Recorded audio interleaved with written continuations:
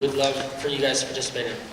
But right now, we are very pleased to have the sheriff position here tonight with us. And so Ozzie Knezovich, representing the Republican Party, is here on my left, your guys' right. And Doug Orr, we're pleased to have him, and he is here on your left. And so we, according to the coin toss, Doug Orr will go first, and we'll be pleased to hear his introduction. Thank you for coming tonight. My name is Doug Orr, and I'm running for Spokane County Sheriff. Most of you know me as a law enforcement officer, but some of you do know me as a professor. And I can't miss the opportunity of having all the kids here tonight and to give them a homework assignment. I want you to go home tonight and Google the name Steve Allen. You'll find that Steve Allen was a comedian in the 50s and 60s, and the networks hired him to take comedy to the next level.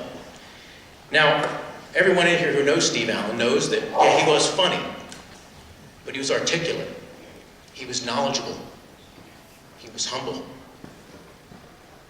We loved him for that, and we trusted him for that. And he did it all with a measure of grace. I'm going to take Spokane County to the next level.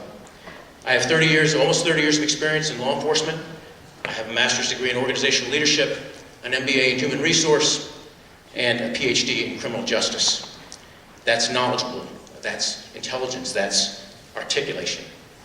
All for a job that requires the deepest sense of humility. Thank you.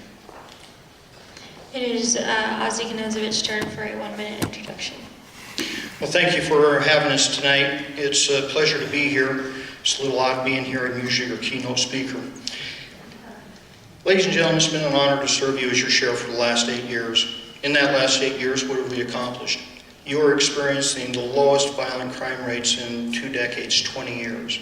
Property crimes are down 8% since 2004 in the unincorporated area and 4% in the valley.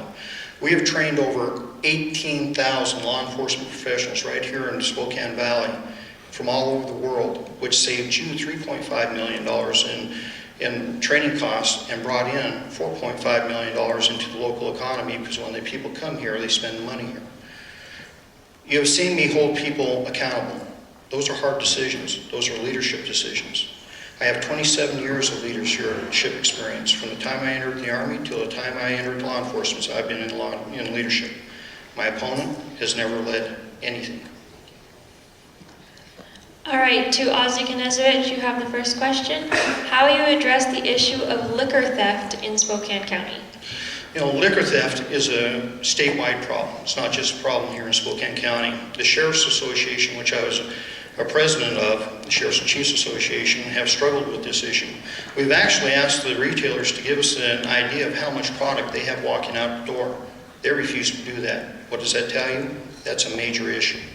The sheriffs from across the state have started developing a plan here locally. We partnered with our regional law enforcement partners to include North Idaho, and we are responsible for a major sting operation in reference to this particular problem of alcohol being taken outside the state of Washington and also from our local stores. So one of the things I think that we could do is convince retailers to modify their display.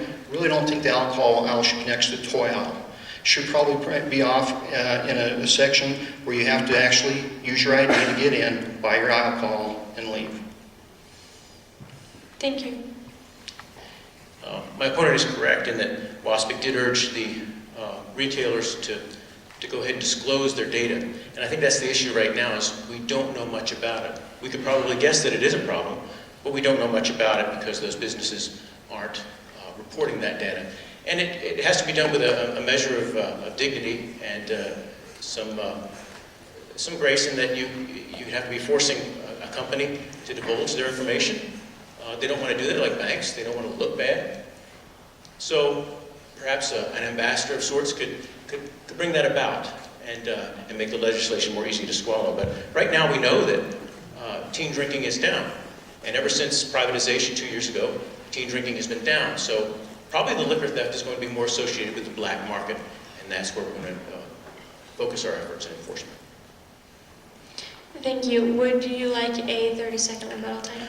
I would. We actually do know that it's a major issue, especially in the city of Spokane. On the West Central area, I work very closely with Kelly Cruz, who's a community leader in the West Central area, and he actually went and we've talked with some of the retailers, and we've done operations to educate the retailers about selling to minors and about their responsibility of making sure that that display is in the proper area. It's amazing my opponent didn't know what's going on in his own city. Thank you. Or would you like 30 seconds? I did know what was going on in my own city. We do have enforcement, but again, the Liquor Control Board is not the enforcement agency. That falls upon the local authorities. So, with everything else that we have to do, to put together a special team for enforcement usually is done on overtime, and that costs you time and a half. So we have to do a lot better with the data we do have. Thank you. Our next question is for Orr.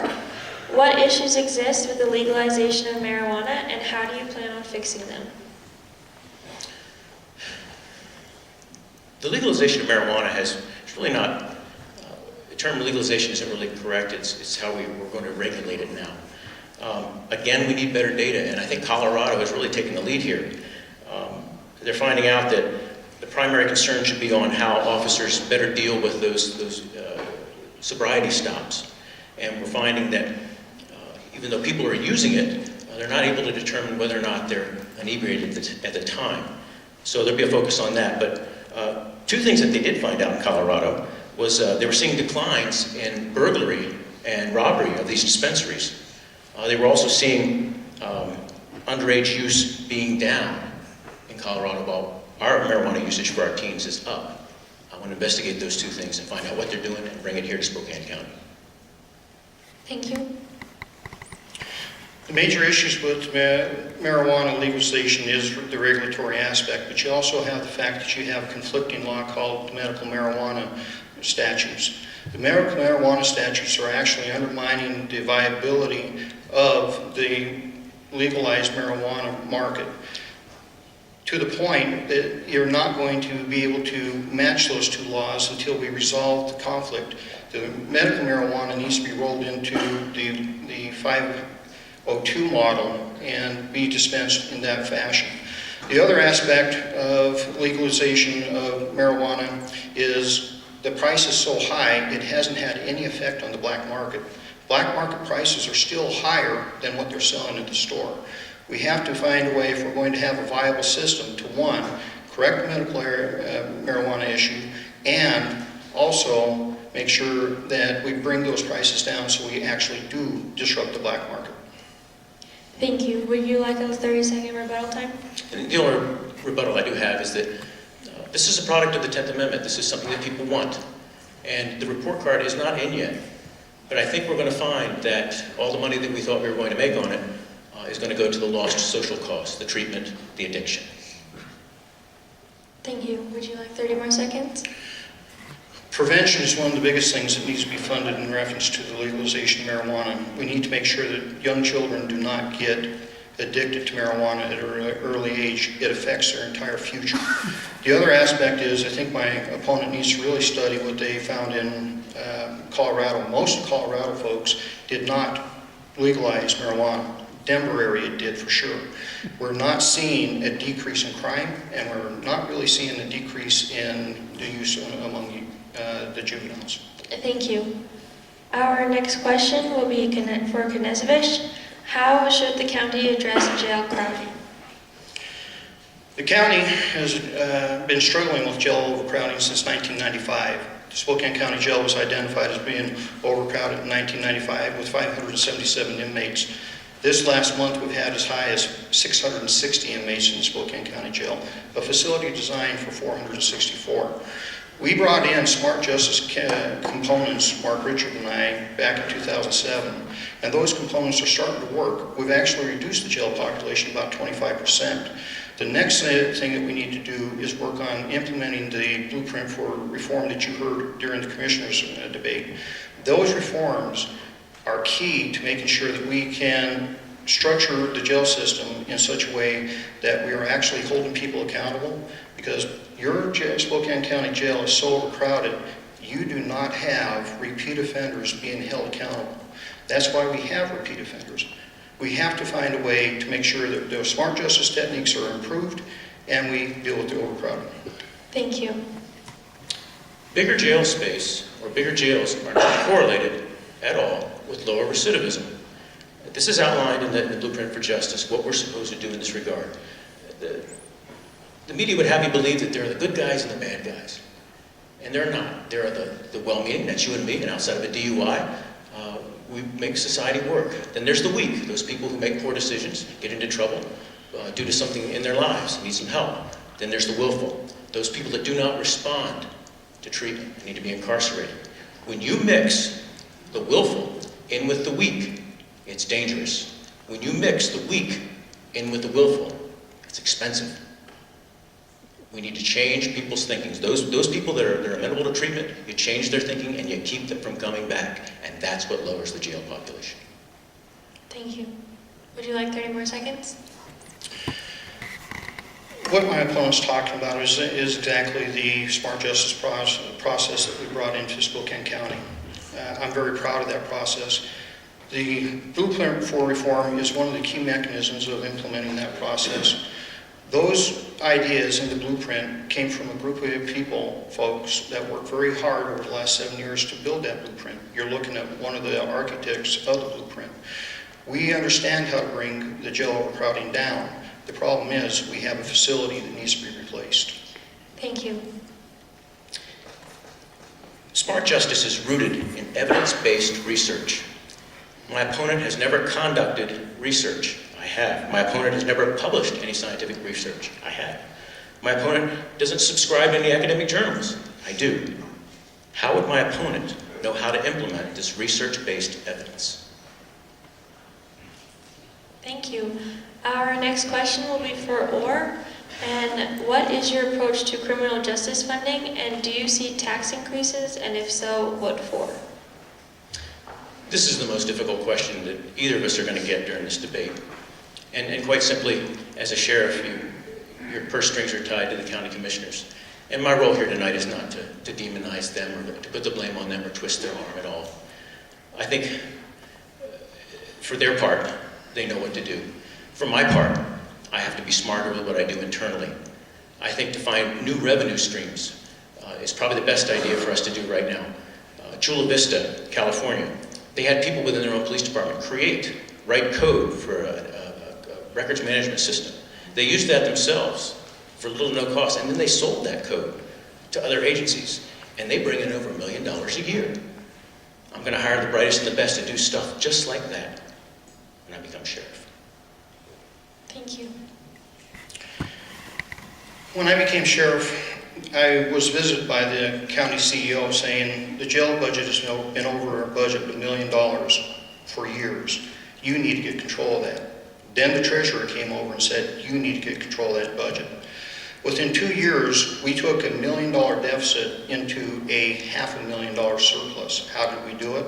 Hard leadership decisions. We restructured the way that the jail was run, the hours that were worked, and that did not necessarily make me popular.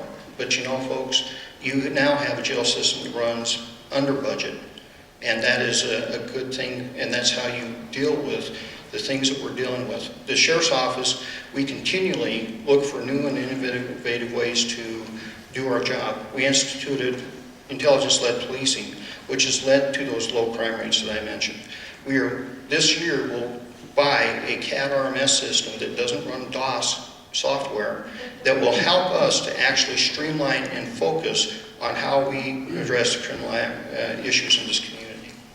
Thank you. Would you like a 30-second rebuttal time? Please. Smarter leadership for smarter justice. I think that what I would do is I would start analyzing our budget like we analyze crime. I'm going to move us from an average cost analysis to a marginal cost analysis where we're looking at fluctuations in our budget as they correlate with the crime in the area.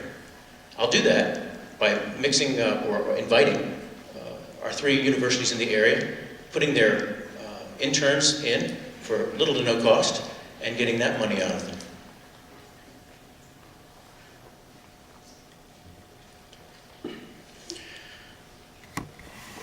The fact of the matter is, we have created a budget office within the sheriff's office for the first time ever. When I became sheriff, we didn't have a budget office. We didn't even budget for capital expenses, if you can imagine that. It was so broke. I established a budget office within the sheriff's office that does everything he says. And we have been very efficient in what we do and how we spend your money based on the fact that we did create a budget office within the sheriff's office. I created that budget office. He only wants to talk about it. Thank you.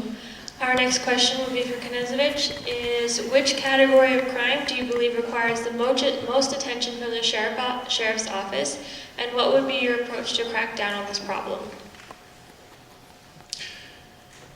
The category of crime that we're focused on most right now is property crimes. Why? Because property crimes affect each and every one of you. The reason we're so focused on property crimes also it is a direct correlation to your violent crimes. If you fail to deal with your property crimes, you're going to have higher violent crimes. That's why you do have lower violent crime, is because we started a violent crime and gang task force, plus we focus on those smaller crimes. Property crimes are the things that are driving our community, and we have to make sure that we are pinpointing what's going on. That's why we developed intelligence-led policing models to find out where crimes are being committed, who's committing those crimes, and taking those people off your streets. We have to find a way to address the repeat offender also. The repeat offender knows this. He'll be arrested in Spokane County, and within 3 days he'll be out. That needs to stop. Thank you. I think I'm going to nullify the question. I'm not going to focus on category of crime. I'm going to focus on the criminal. I'm going to focus on the repeat offender. I'm going to bring the Vancouver model for patrol officers. It's called the chronic offender model, where they go out and they hunt the criminal. Where the criminal is hunted. I'm going to go and bring the Daytona Beach model, the burglary profile, to this area for detectives. The research study indicated that they did there, out of the 4 treatment groups, the one that was given the burglary profile increased their clearance rates 400%. And triple the potential for getting the right burglar, bringing those 2 programs to Spokane, because I'm going to be focusing on the criminal, not the crime. As I stated before, we do focus on the criminal. That's how we know where they are, who they are. We've identified 350 repeat offenders in this area, and we take them off your street every time they get out. One of our most prolific criminals was just released from the state without supervision. We already know where he is. We think he's been involved in criminal conduct, and we're going after him. He mentions the Daytona Beach model, folks. I have that model. You can read it. It's an unproven study. The last 4 paragraphs of that 9-page document says unproven study. That's what he wants to base his burglary rates on. Thank you. Would you like a rebuttal? Yes. I have the study right here. You're welcome to come up and get it. It's authored by the Chief Police of Daytona Beach. They won an Excellence in Research Award for it. They did produce a 400% clearance rate in their treatment group, and they tripled the potential for arresting the correct burglar. If you'd like to see it, come and get it from me. Thank you. Our last question will be for Orr first.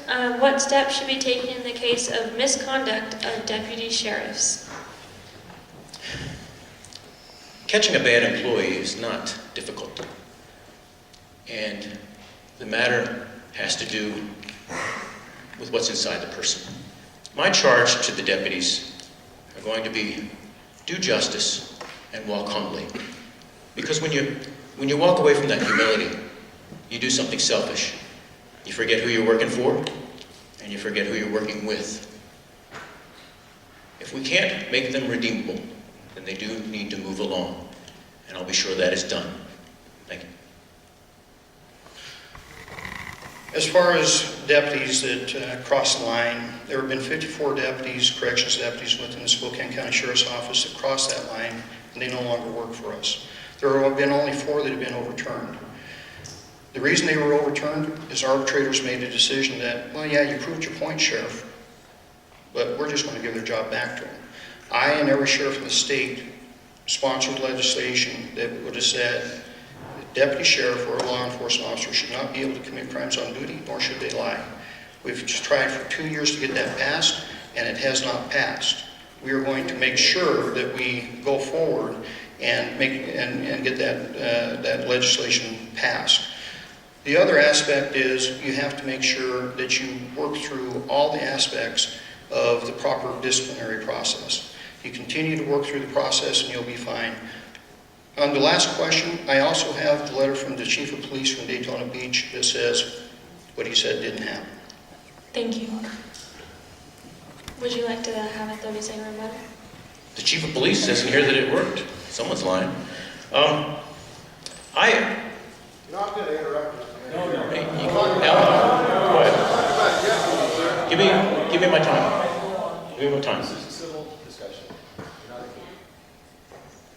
Did he just say give me his time? No. Because when we're talking about deputies, you didn't do it. Alan, please. All right. Please. I refuse to go to Olympia and bang my head against the wall with legislation that will not work and will not be passed. Why would I want to argue with 39 unions when I can come to Spokane and partner with one and get civilian oversight passed in the form of an ordinance? That's what I intend to do. Rebuttal. He doesn't plan on doing that, folks, because he's fought this legislation tooth and nail. He actually does not support the legislation. As far as the unions, we did try to negotiate with the unions, and this was their first opening salvo towards me. Sheriff, you have made us very angry. If you don't back down, we're coming after you. That's who endorsed him. Thank you both. You now have 1 minute for a conclusion each. We'll start with Mr. Orr. Sorry, Mr. Knezovich.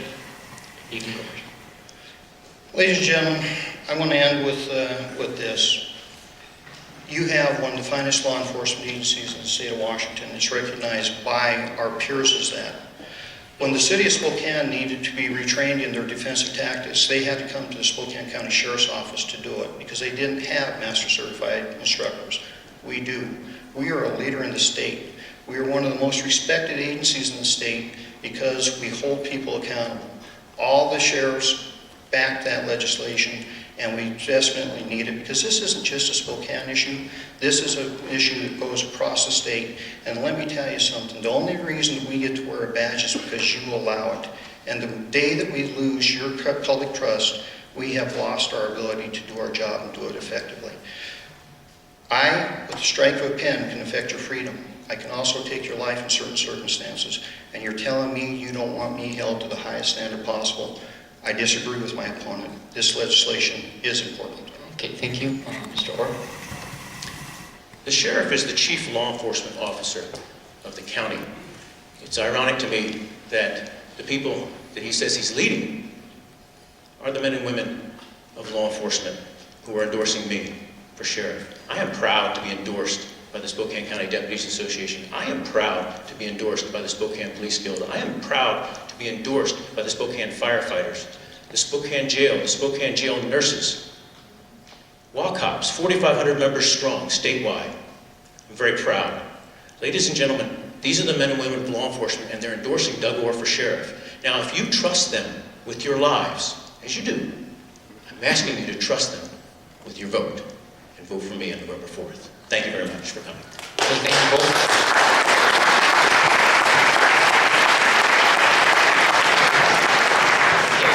Up next, we have the candidates running for